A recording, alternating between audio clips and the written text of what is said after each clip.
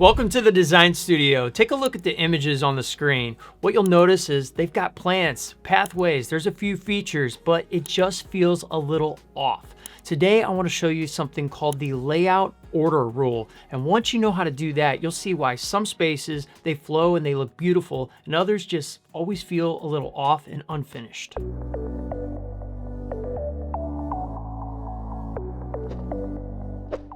In this video, I want to show you one of the biggest mistakes I see in landscaping and landscape design, and it's the order in which spaces are constructed. Once you know how to do this, everything will make a lot more sense, flow, and feel finished. So here's what we're going to do. I'm going to show you some bad examples, things that just need improvement. We're going to go through 5 or 6 things that can be done to improve the space.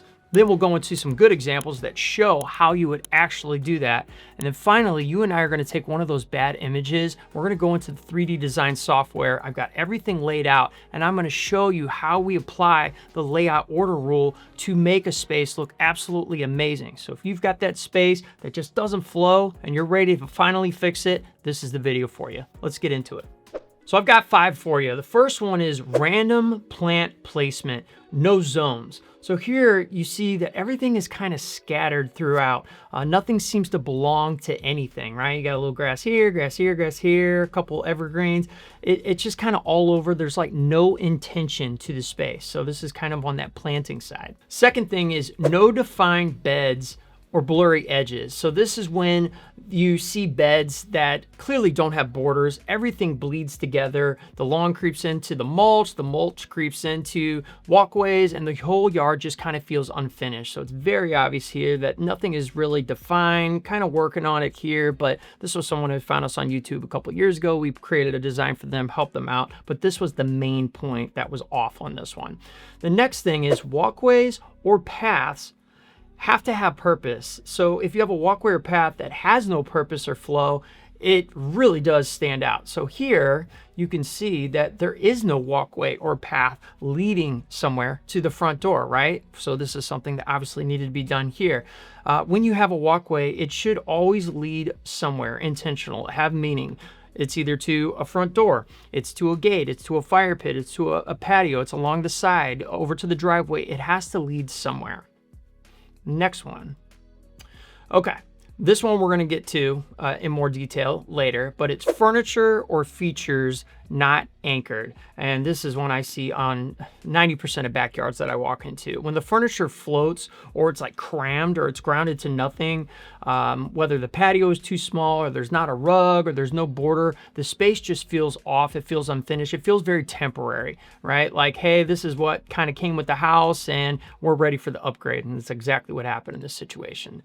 Next one is lack of symmetry or balance where needed. So not everything in landscaping should be symmetrical, but when the architecture calls for balance, the layout ignores it, the whole thing feels off. So you can see this is pretty lopsided. The house is pretty much centered on the backyard, and you see that the pergola is crammed on this side. The stairs lead like right into it. It's almost like you're walking into a post, and then it's just kind of forgotten over here. So the balance here is definitely off.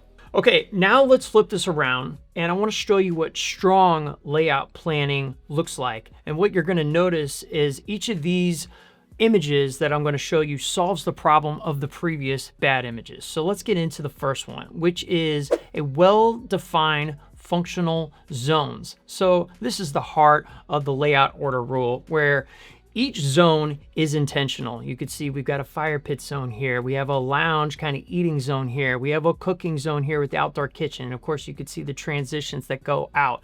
But the point is, you always know where to go. So zones is huge. That's like the biggest thing of most of these. Next thing is crisp edging that defines the shape. So crisp edging is like the outline in a coloring book. It gives every part of the yard a clear boundary, and nothing is going to bleed or mess together. So you could see you've got gravel here to a patio, but then there's also mulch. So you can have these 3 different materials work together by putting that crisp edging in and keeping everything clean and defined. Next one is logical pathways that direct movement. So a good path doesn't always just connect you from A to B. It guides the entire experience of the backyard. It tells your body where to step. It tells your eyes where to look. As you could see, we could have just taken this from this gate and kind of shot it over, but we decided to take it around and give it a curve and connect it to that space to make it look cool, right? And of course, we've got this privacy screen. On the other side, you'll see something. We'll actually have a vlog video of this, which I'll allude to at some point. Next thing is anchored features. They are outdoor rooms. Outdoor rooms actually feel like rooms. So this is accomplished by either building a custom room, or you can actually have one of these pergolas or gazebos, these kits. We do them all the time. We put a ceiling fan up there. They come with the power pack, as you can see. We put a GFCI outlet there, and it works incredibly well. You can even put string lights up there and make it a whole thing. But what you'll notice is that it instantly feels like an actual room, an actual space when you put something like this out there.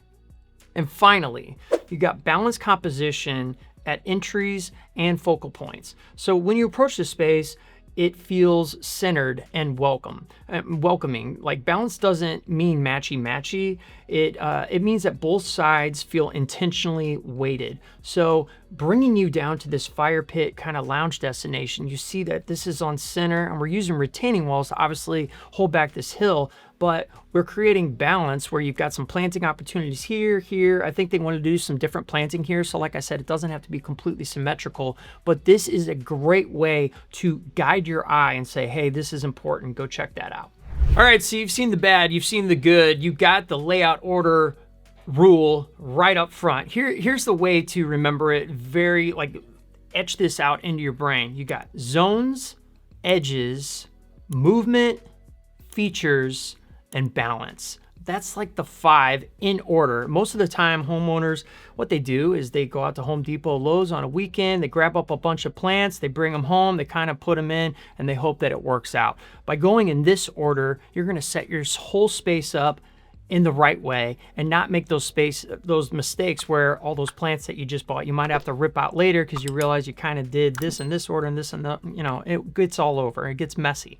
So here's what I want to do. Let's take one of those images, let's go into the software, and let's show how we would transform that space together to make it amazing using the layout order rule. Let's go. Okay, so this is the image we are going to work on. Here's the before, where we see it's a very small patio, scrunched up furniture, not a lot of room in the yard. It's just kind of, it needs some help, right? This is the kind of thing that we work on a lot. And here's what I want to do. Let's get into this software, and we're also going to add a little bit at the end of this that was not done with this project. And then I'm actually going to show you the live project if you want to go see it. So let's get in here. And now we know what we're working with. And here is the design. So anytime you get a design, I highly recommend anytime you do anything, get a design from a professional. So you got a plan to start with. You know how to put the zones together. The layout order rule is in full effect. Let's get let's actually get all of the stuff up there for the layout order rule. So what we've got, let me go through. We've got zones. We've got edges, we got movement, features, and balance, okay? So what we did first here was define the zones. So we've got an outdoor room zone, and then almost like an outdoor dining exposed zone with the kitchen. So we've got zone 1 and zone 2. Let me actually get into the perspective where you can see what this design looks like. I'm gonna put myself up here. So here is what we transformed this space into. You've even got a zone over here outside these doors for a hot tub. We didn't really do much with that, but you get the idea. So you got zone 1 over here with the hot tub, zone 2 with the fireplace, outdoor room, very cool. And then zone 3 over here with the outdoor dining and the outdoor kitchen. So let me bring this guy back. So the first thing is creating those zones, check. The next thing is defining the edging. So the edging was done here with retaining walls. They really didn't want any landscaping coming up to here, and we actually mess with this elevation so that the grass comes up and you can just step off. But the space is clearly defined by walls versus edging stone. It's actually acting as the edging stone. So that is how you can create, of course, different zones and spaces and separate the grass or mulch from the actual space where you're going to hang out. The next thing is creating logical movement. Logical movement is something as simple as wherever there's a door, you got the garage here, you got your French door here, and then of course you got the French doors here for the hot tub. You want to make sure that there's something to step onto, some kind of hardscape material, a path, a patio. It could be crushed gravel that is defined with the edging, but a way where you're going to go out and then it's easy to know where to go to. So this flows to zone number 1, this flows to zone number 2, this flows to zone number 3, okay? Check that one off. Your main features, well, the main features here are an outdoor kitchen for this zone, and then a fireplace TV kind of zone over here. And then of course you got the hot tub over there. So those 3 are checked off. Done. Adding balance at entry points and focal points, or at the entry and focal points. Now here's where I feel a little work needs to be put in. Of course you can flow out here. You got balance here of zone 1, zone 2, zone 3. You're stepping onto a hard surface. But what if you wanted to come around the garage to the backyard? You're walking through grass. So for budget reasons, this is why we didn't put another walkway in there, because we had kind of tipped the top of the scale on this. But here's what you and I would like to do is let's show what that would look like to finish this up and just give it a little bit more flow following our principle. So what I would do is I would go in here and create a path, and I would do the same exact pavers that we had done on the patio, so it's got that cohesive vibe. Honestly, I don't know which one it is. We're just gonna click this one. I think that looks close enough on the fly. And when I'm doing a walkway, a pathway, I like to have it at least 4 feet, sometimes 5 if it's going into a really big space, so that it's nice and easy to walk on. You could actually take a wheelbarrow if you want to get back there and mulch and wheel that down or transfer stuff. If you get into those 3-foot walkways, I think it's a little crammed and squished. So let's make it 5. Why not? And we would take it from here out, and if we wanted to give it a curve, we could bring it around, and then the garage is actually over here, and we could just curve it into here. Now here's the thing that becomes an issue when you do a pathway like this. It's not a huge thing, but of course, who's going to cut this little strip of grass? It doesn't make any sense, right? So this is where another landscape bed opportunity would be created for some more mulch and to soften the space. And truthfully, there's a lot of hardscaping going on here where I feel like another bed would actually be quite a benefit, wouldn't it? I keep clicking on myself here. So let me click off of that over here, and then I'll show you what that looks like, and then we'll put it back behind. Okay, so boom. Now what we've done is we've completed this, where we've got all of our zones, we've got defined edges, we've got our movement, we're going out to different places, we got our features, and we have that walkway transition so that if you're coming from one way or the other, you can get into this space. The layout order rule is essential. Zones, edging, movement, features, and balance. I can't even remember it all the time, but those 5 are what make it up. If you want to go see this thing in real life, go check this video out right here. It's amazing. It's such a cool project. It might give you some great ideas to see how you want to lay your project out. And if you want to stay here in the design studio and learn another principle, go check out this one right here. If you need help, the pinned comment below for design consultations and to sign up for a design with us, we would love to help you, is below. So go check it out. This is Bobby K saying creation is everything, so go out and create. See you on the next video. Never stop, I'll get it if I want it. Gotta make to myself a promise. I won't quit, keep going till I got it. I won't give up till